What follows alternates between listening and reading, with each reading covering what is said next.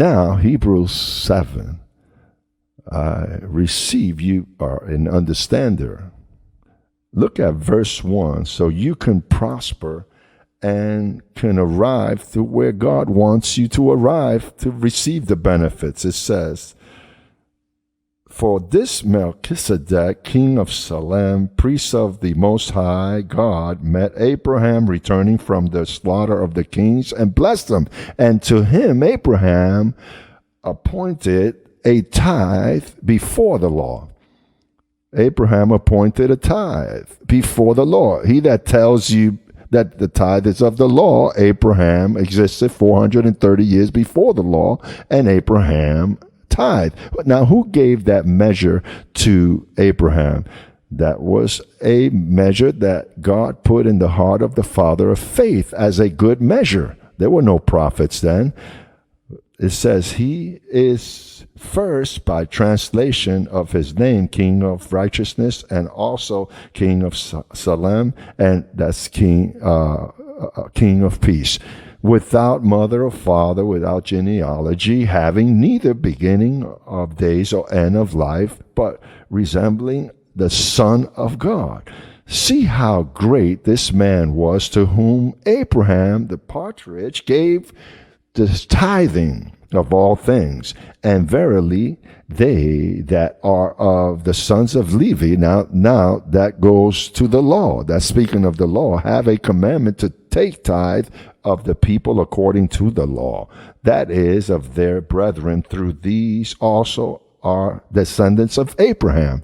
But this man who does not have his descendant from them receive tithing from Abraham, and bless he that had the promise. It is beyond dispute that the greater shall serve, or the minor shall serve the greater.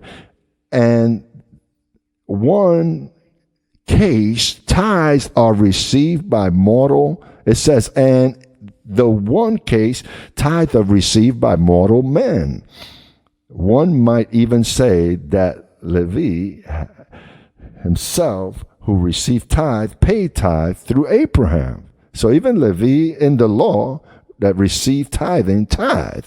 Let's read an exhortation in Colossians quickly, after the book of Philippians and before Thessalonians. Colossians chapter 3.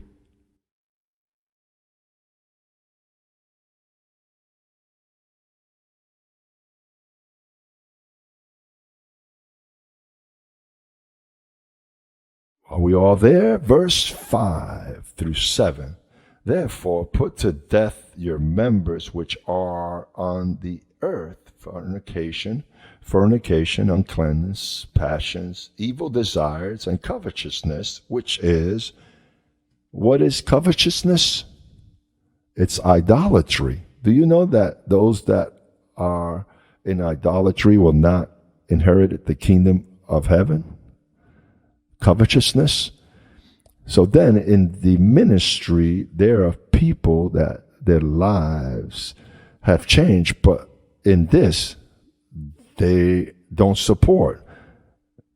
You know that I've always spoke to you about a man that was very prosperous, and God removed him from here. He was very prosperous, but he gave the crumbs. I don't even think he gave a 1%. God removed him from here.